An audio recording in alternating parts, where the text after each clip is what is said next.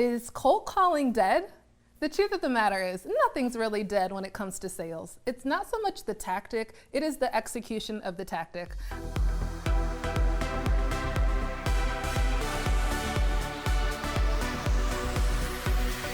I'm LizJSimpson, founder of the Big Money Movement, accompanied by my fabulous Big Money Movement coaches, Cheryl Parks and Heather Pedrick.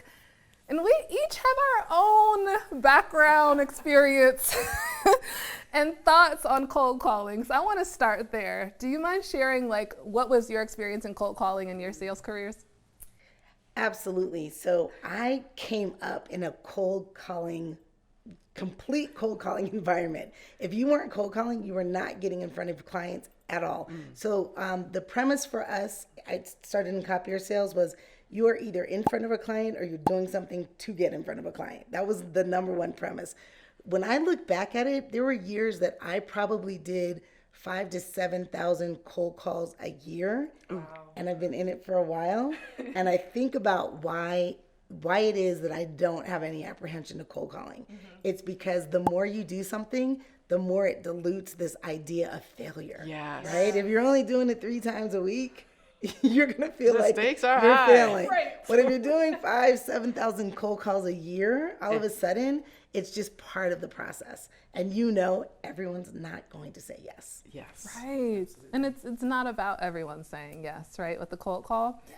I think that's interesting when you bring that up, because my introduction to sales was through call center sales, right? And so we're just dialing for dollars. Yes.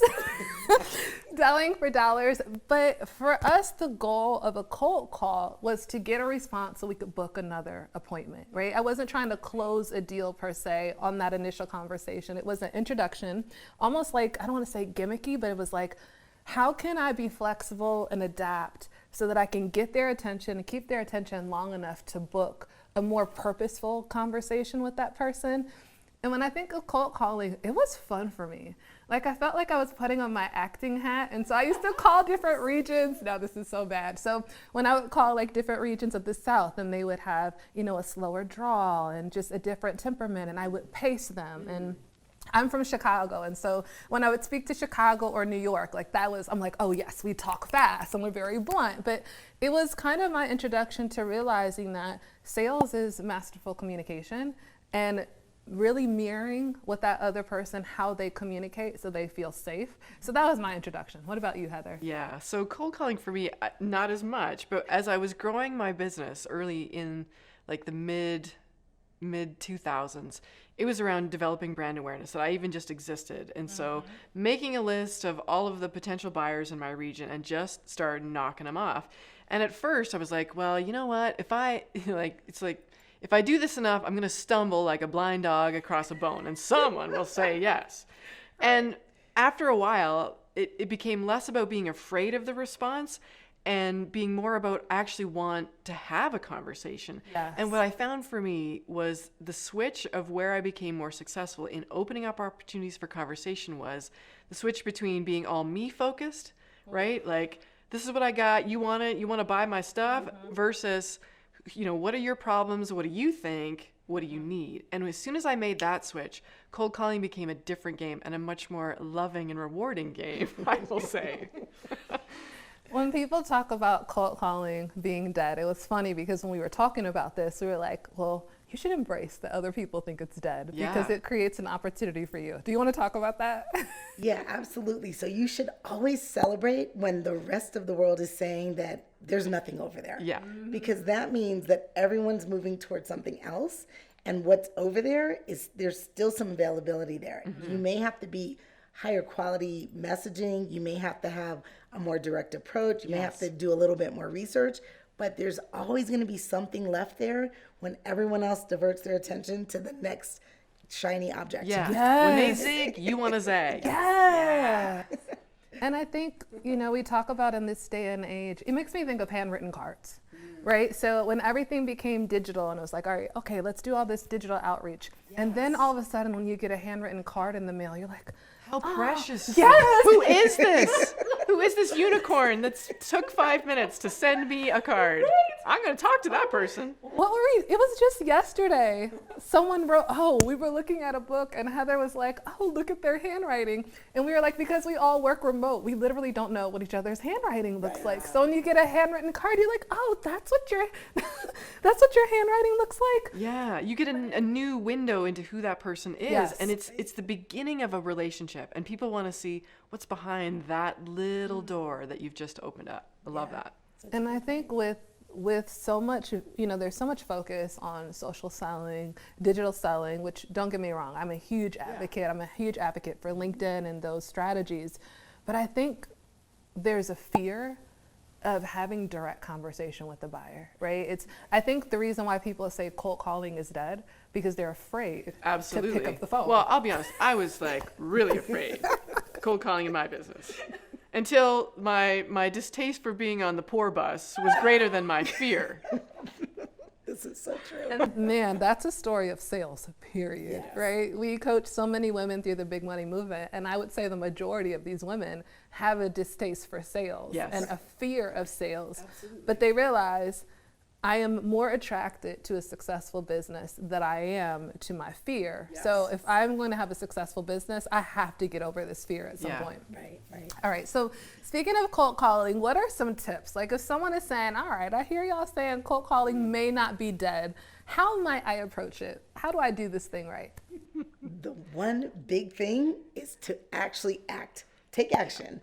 So at the end of the day, as we mentioned, the more action you take, the more the fear subsides, right? So you already have a direction. You want your business to be successful more than you have a fear of sales or cold calling. Yes. You want to take action, number one. And then the second piece of it is you want to evaluate and measure the action that you're taking. So don't make cold calls indefinitely and not go back and look at your numbers to see what your messaging looks like and what's converting to that next conversation. I'll mention this too. When you're taking action, buyers make micro decisions. Like Heather just mentioned, this card and this handwriting, they don't even realize it, but it's like, who is this person? Yeah. It's human. It's just a human side. So you want to be sure you're connecting, you're taking action, you're measuring, and then you're actually changing route if necessary. Yes. That's sometimes the things we don't do is we just keep cold calling. And then sooner or later we say it doesn't work. Yeah. Because we never measured that it. is such a strong point, Cheryl. I think in cold calling, people are apt to say, it doesn't work. It's dead because they don't see it in that context. It is just the tip of the iceberg. It is the first micro step you take towards developing a relationship that may take 4 months, 6 months, a year to turn into actual business. But unless you take that first step, you will never get to the business. So put it in context. You are not looking for a 6-figure deal on a single cold call. I mean, wouldn't that be great? Yes, it would. But then we wouldn't be talking about it. Yes. But it's like, know in context. You're going to get a bunch of no's. You only need one person to say yes or show an openness to a conversation because it's just the opening of that little door. But you got to take it. That is gold. And I want to share then for those of you listening what those micro steps might be. Like when we talk about coaching the women in the big money movement. So the women we work with are professional service providers, they're consultants, and they're working with corporate clients. And so you have to know what is the goal of this strategy, right? And so oftentimes we call them, gateway offers, or, that initial relationship, that initial introduction to a relationship. So for our women, it might be, hey, I'm going to a conference, right? And I identify this decision maker, this relationship I want to nurture, this person's going to be there. Yes. So maybe I'm cold calling to schedule a meeting at the conference or a coffee date at the conference. Or maybe I'm hosting my own event or my own lunch and learn or executive roundtable. And maybe I'm cold calling to personally invite you to that. So knowing that, to your point, a cold call, the odds of someone giving you a ton of time on a cold call are rare. And I always felt like, and it'd be interesting if you all disagree, I always felt like when I approach cold calls, it's kind of like surprise. It's almost like when someone's first waking up in the morning, they're like, huh, what are you saying?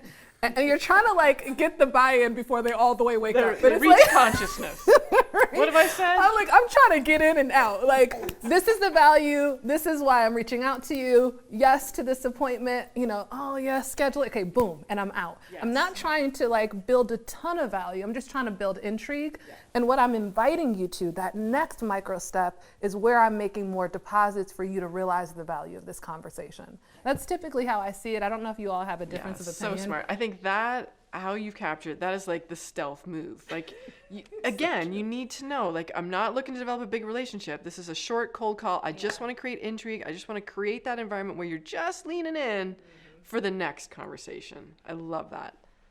All right. So then the last point I feel like we just have to say before we end this is that when it comes to sales and building relationships, there are so many viable options. There's so many tactics or strategies.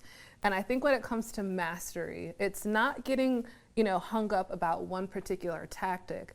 When we talk about sales, it's mastery of communication, which means that when I'm working with clients and they say, oh, this isn't working, it's rarely the tactic. Yes. And it's most often your messaging and how you're building value. What are you all's thoughts on that? I think that's so clear. And I think a lot of times, just to back up a step, it also is, we'll ask, well, have you tried to call the person? And a lot of times the answer is no. No. Because I tried an email, I've sent this information, I've done these things, I've sent this via LinkedIn, but there's not this idea that I could reach out and call. So that's number one. I think the mastery of the communication is so key. I'm going to tell on myself a little bit. I don't know why, but I have this quirky thing where if somebody says, hi, Cheryl Dash, I will likely say, hi, Michelle Dash. If they say, hi, Cheryl, comma, I will use the same salutation they use to speak to me. I've been doing it for years. It's not anything that's going to get you a 6-figure deal, but it just begins my process of understanding who they are. There are clients that will open with peace, Cheryl, as opposed to hello, right? So I typically use a similar salutation. It's not a copying, but it's a mirroring. to get into that, get into the vibe a little bit, right? So you want to let them know that I'm here with you. Yes. Right? Yeah. I'll tell on myself a little bit. Okay. And this may be because I'm Canadian and I have like self-deprecating humor in my DNA. But my most successful cold calls are where I use an element of humor, right? Yes. And it's almost like popping the bubble of resistance. If they know, oh, I don't know this person from Adam and they're cold calling me, like I will just name it and claim it. Yeah. You don't know me from Adam, but I've been doing research on your company and I know that I can help you. Can we have 10 minutes? Yes. Right? For another conversation. Yes. And so I call it, popping that bubble of resistance. And I feel it takes the charge and, energetically they're sitting there with their arms crossed. They're like, you're not going to sell me on anything. Yes. But you use a little bit of humanity, a little bit of humor, and suddenly the dynamic of the conversation changes and they're willing to lean in. Yes. Oh my gosh. I love this. When we're coaching women too in the big money movement, it's interesting when they bring challenges to us and the questions we ask. And we'll say, I'm struggling to...